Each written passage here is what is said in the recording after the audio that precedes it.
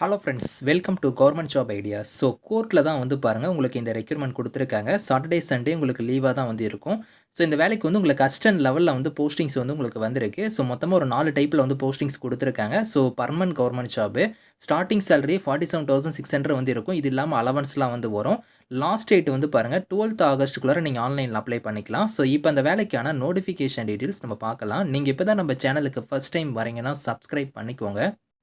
Okay friends. So supreme court of இந்தியாவில் தான் வந்து பாருங்கள் உங்களுக்கு இந்த ரெக்யூர்மெண்ட் வந்து கொடுத்துருக்காங்க. ஸோ இங்கேருந்து வந்து பாருங்கள் அசிஸ்டன்ட் லெவலில் வந்து உங்களுக்கான போஸ்டிங்ஸ் வந்திருக்கு. அதாவது அசிஸ்டன்ட் எடிட்டர் கேட்டகரிக்கு வந்து பாருங்கள் இப்போ போஸ்டிங்ஸ் வந்து கொடுத்துருக்காங்க. இதில் வந்து ஸோ நீங்கள் வந்து சேலரி வந்து பாருங்கள் 78,800 வந்து பேசிக் பே. இது இல்லாமல் உங்களுக்கு அதர் அலவன்ஸ்லாம் வந்து உங்களுக்கு எக்ஸ்ட்ரா வந்து வரும்.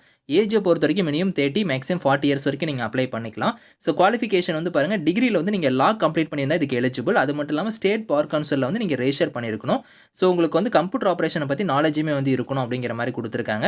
இதுக்கு வந்து சம் எக்ஸ்பீரியன்ஸுமே வந்து சொல்லியிருக்காங்க. அதுக்கடுத்து வந்து பாருங்கள் உங்களுக்கு வந்து ஸோ அசிஸ்டன்ட் டேரக்டர் கேட்டகரிக்கு வந்து நீங்கள் அப்ளை பண்ணுறீங்கன்னா இதில் வந்து பார்த்தீங்கன்னா 67,700 உங்களுக்கான பேசிக் பே. இது இல்லாமல் அலவன்ஸ் வந்து வரும்.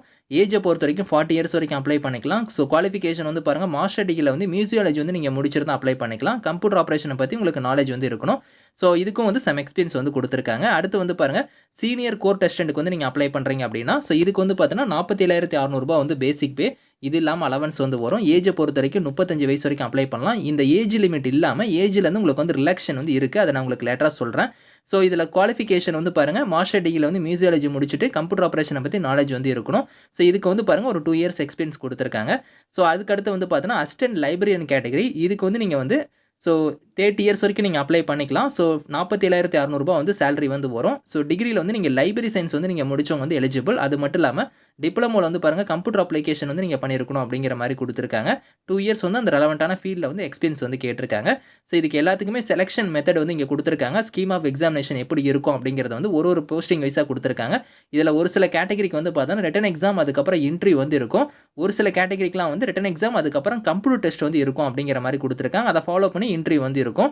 ஸோ ஏஜ் லிமிட் நான் சொன்னேன் பார்த்தீங்களா, அது இல்லாமல் யூசுவலாக உங்களுக்கு வந்து எஸ்சி, எஸ்டி அதுக்கப்புறம் உங்களுக்கு ஓபிசி, பிடபிள்யூடி இவங்க எல்லாத்துக்குமே வந்து ஏஜ்லேருந்து உங்களுக்கு வந்து ரிலாக்ஷன் வந்து இருக்குது. அதாவது எஸ்சி, எஸ்டினா 5 இயர்ஸ் இருக்கும், ஓபிசினா 3 இயர்ஸ் இருக்கும், பிடபிள்யூடியாக இருந்தால் உங்களுக்கு 10 இயர்ஸ் வரைக்குமே வந்து ஏஜ்லேருந்து உங்களுக்கு வந்து ரிலாக்ஷன் வந்து இருக்கும். ஷார்ட் லிஸ்டிங் கிரிட்டீரியா கொடுத்துருக்காங்க பாருங்கள். அதாவது அசிஸ்டன்ட் எடிட்டர் கேட்டகரிக்கு மட்டும் ஸோ உங்களுக்கு வந்து ரிட்டன் எக்ஸாம் அதுக்கப்புறம் வந்து பாருங்கள் இன்டர்வியூ வந்து இருக்கும். மீதி இருக்கிற போஸ்டிங்ஸ் எல்லாத்துக்கும் வந்து பார்த்தோன்னா ரிட்டன் எக்ஸாமும் இருக்கும். அதுக்கப்புறம் உங்களுக்கு கம்ப்யூட்டர் டெஸ்ட்டுமே இருக்கும். அதுக்கப்புறம் உங்களுக்கு இன்டர்வியூமே வந்து இருக்கும் அப்படிங்கிற மாதிரி வந்து கொடுத்துருக்காங்க. 1:3 ரேஷியோ படி உங்களுக்கு வந்து ஷார்ட் லிஸ்ட் பண்ணுவோம் அப்படிங்கிறதையும் கொடுத்துருக்காங்க. ஸோ இதில் வந்து நீங்கள் அப்ளிகேஷன் ஃபீஸை பொறுத்த வரைக்கும் ஸோ இங்கே கொடுத்துருக்காங்க பாருங்கள். ஜென்ரல் ஓபிசியாக இருந்தீங்கன்னா 1,500 வந்து ஃபீஸு. மீதி இருக்கிற கேட்டகரிக்கெலாம் வந்து 750 ஃபீஸ். அதாவது எஸ்சி, எஸ்டி, பிடபிள்யூடி, எக்ஸர்வீஸ்மேன் இவங்க எல்லாத்துக்குமே வந்து 750 ஃபீஸு. இந்த ஜென்ரல் ஓபிசிக்கு மட்டும் 1,500 ஃபீஸு. இந்த ஃபீஸ் வந்து நீங்கள் ஆன்லைன் மோடில் தான் நீங்கள் பே பண்ணுற மாதிரி இருக்கும். ஸோ உங்களுக்கு க்ளோசிங் டேட்டை பொறுத்த வரைக்கும் பார்த்தோன்னா உங்களுக்கு வந்து ஸோ 12th ஆகஸ்ட் தான் வந்து லாஸ்ட் டேட்டு. அது வந்து வெப்சைட்டில் வந்து நாங்கள் வந்து இதில் கொடுத்துருக்கோம் அப்படிங்கிற மாதிரி சொல்லியிருக்காங்க. உங்களுக்கு லாஸ்ட் டேட் வந்து 12th ஆகஸ்ட்டு. வெப்சைட் லிங்க்குமே வந்து பாருங்கள் இங்கேயே இருக்குது. இந்த வெப்சைட்டில் போய் நீங்கள் ஆன்லைனில் வந்து அப்ளை பண்ணிக்கலாம். டெஸ்ட் சிட்டிஸை பொறுத்த வரைக்கும் பாருங்கள் உங்களுக்கு ஒரு 4 சிட்டிஸ் கொடுத்துருக்காங்க. அதில் நம்ம தமிழ்நாட்டில் வந்து சென்னை வந்து இருக்குது. நீங்கள் சென்னையில் போய் இதுக்கான எக்ஸாமே நீங்கள் அட்டன் பண்ணிக்கலாம். ஸோ இதை தவிர உங்களுக்கு ஜென்ரல் இன்ஸ்ட்ரக்ஷன்லாம் வந்து இங்கே கொடுத்துருக்காங்க. அதை நீங்கள் ஒரு தடவை ரீட் பண்ணி பார்த்துட்டு நீங்கள் ஆன்லைனில் வந்து அப்ளை பண்ணிக்கோங்க. இதுக்கான லிங்க்ஸ் எல்லாமே வந்து நான் கீழே வந்து டிஸ்கிரிப்ஷனில் வந்து கொடுக்குறேன். ஸோ செக் பண்ணி பாருங்கள். Thank you friends.